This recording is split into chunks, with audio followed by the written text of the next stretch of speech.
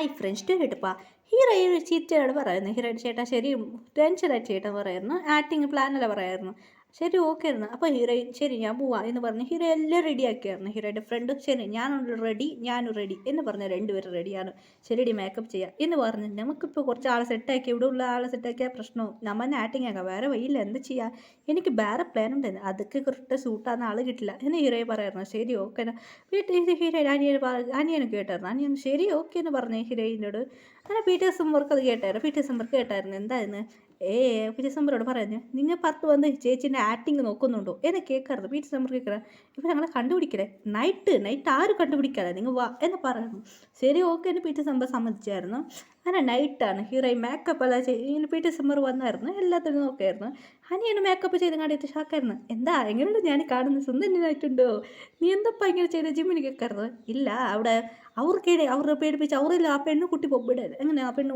ഒച്ചുണ്ടാക്കല ആരും വരില്ല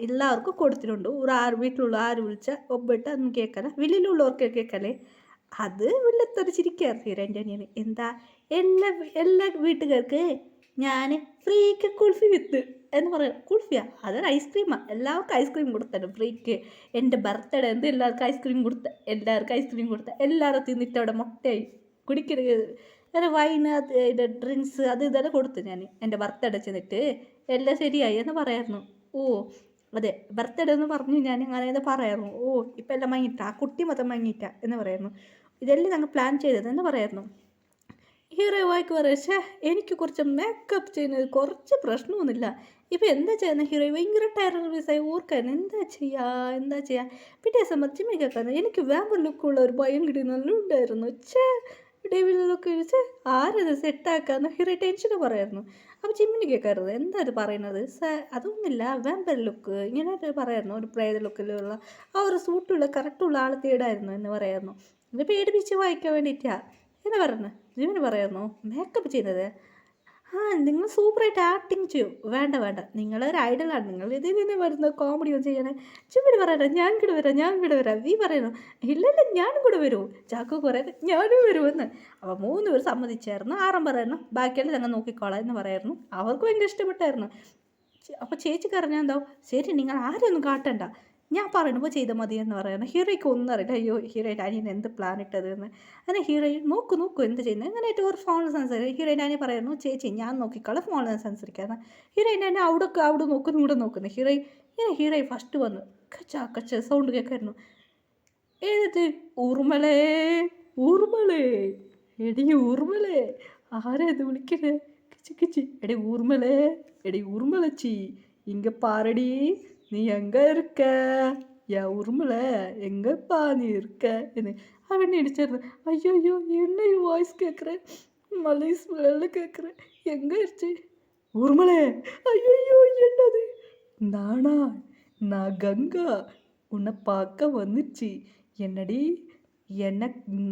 நீ என்னடி கல்யாணம் பண்ணுற யாரு நீ நானா கங்கா உனக்கு மறந்து போச்சா உனக்கு யார் நடத்து யார் உன் அப்பா என்னை கொலை பண்ணுச்சு ஆனால் நான் ரிவெஞ்ச் எடுக்க வந்துடுச்சு என்ன ஊர்மலை ஆமாம் என்னை லவ் பண்ணு சொல்லிட்டு என்னை கொந்துடுச்சு அவனை விடமாட்டேன் ஊரு ஐயோ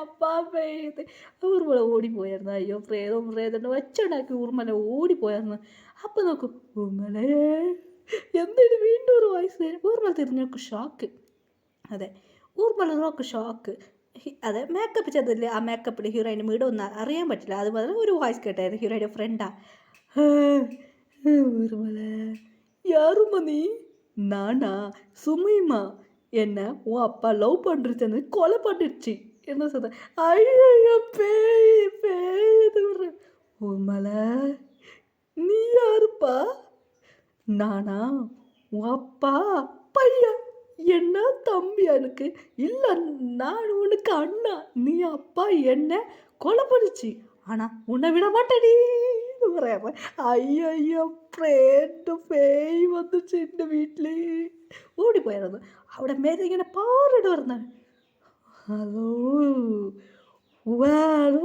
അയ്യോ നീ ആർപ്പാ എന്ന് പറയായിരുന്നു. ഇംഗ്ലീഷും ഉണ്ടായിരുന്നു. ഊർമ്മക്ക് ഒന്നും മനസ്സിലല്ല. ഇംഗ്ലീഷിൽ ഊർമ്മക്ക് കുറച്ചറിയും. ഊർമ്മ നാ വാമ്പർ உன்னை விளட்டு குடிக்க வந்துருச்சுன்னா ஓ அப்பா யா சொத்து இங்கே எடுத்துட்டு வந்துருச்சு. அதுக்கப்புறம் உன் அப்பா விளட்டு வேணும், உன்னை விளட்டு வேணும் എനിക്ക് ജിമ്മിന് പറയായിരുന്നു. അങ്ങനെടാ വീ പറഞ്ഞായിരുന്നു. വീ പറഞ്ഞ ഓ നീ ആർപ്പാ நான் ஓனாய் மன உங்கள் அப்பா என் ஃபேமிலி கொலை பண்ணிடுச்சு, உன்னை விட மாட்டேன் എന്ന് പറയായിരുന്നു. ഉന്നെ വിടാൻ മാട്ടേൻ അത് തമിഴ് ട്രാൻസ്ഫർ ആയിട്ട് വരാറുണ്ട്. അത് ഇംഗ്ലീഷിൽ പറയായിരുന്നു. ജങ്കുക്ക് പറഞ്ഞായിരുന്നു.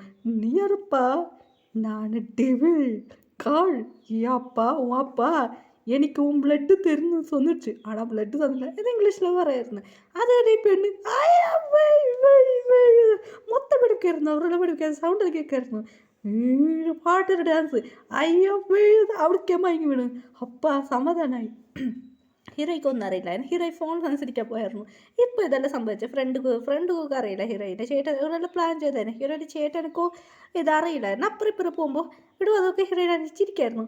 എല്ലാം കഴിഞ്ഞ് ഹീറോയിൻ്റെ അനിയ ഒരു 3 പേർ ചെയ്ത ടോർച്ചിൽ മൊത്തം മയങ്ങി വീണ്. ഹീറോയെ പേടിക്കാൻ വന്ന് നോക്കുക. എന്താ പറ്റി? അവർ കാണിച്ചായിരുന്നു.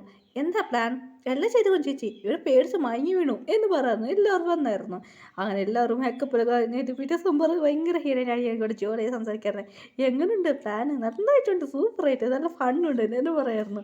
ശരി ഓക്കെ എന്ന് പറയായിരുന്നു. അങ്ങനെ ആ മാരേജ് നന്നായിട്ട് മുടങ്ങിയായിരുന്നു. അങ്ങനെ മാരേജ് മുടങ്ങിയായിരുന്നു. ഇങ്ങനെ പെണ്ണ് വരുന്നില്ല. എന്തായിരുന്നു പെണ്ണ് വന്ന് ചേക്കാക്ക് പെണ്ണുക്ക് ജലദോഷം പിടിച്ചിട്ട് പനിയും പിടിച്ചിന്. അങ്ങനെയായിട്ട് പെണ്ണ് അപ്പാർക്കും ജലദോഷം വന്നിച്ച് പേയ് വന്നിച്ചപ്പാ പോയി.